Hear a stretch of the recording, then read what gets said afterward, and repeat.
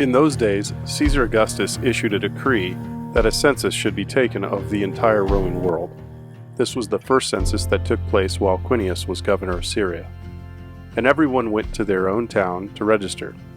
So Joseph also went up from the town of Nazareth in Galilee to Judea to Bethlehem, the town of David, because he belonged to the house and line of David.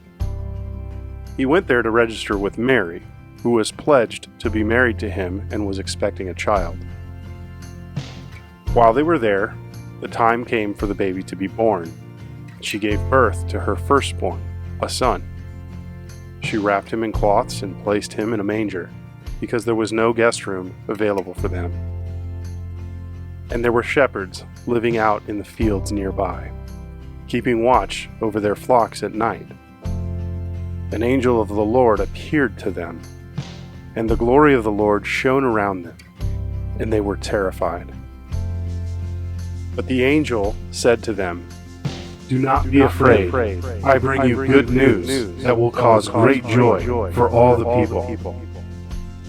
Today in the town of David, a Savior has been born to you. He is the Messiah, the Lord. This will be a sign to you. You will find a baby wrapped in cloths, lying in a manger."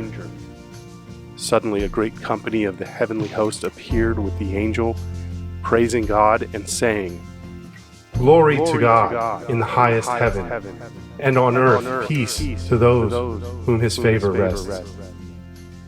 When the angels had left them and gone into heaven, the shepherds said to one another, "Let's go to Bethlehem and see this thing that has happened, which the Lord told us about."